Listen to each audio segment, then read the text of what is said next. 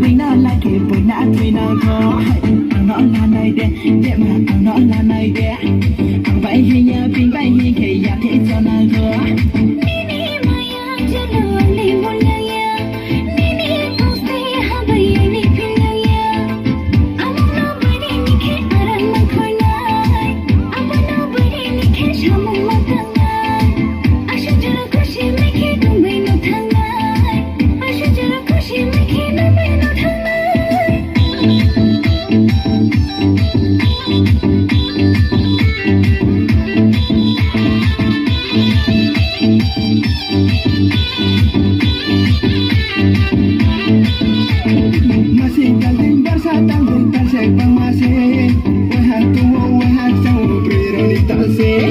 Let them be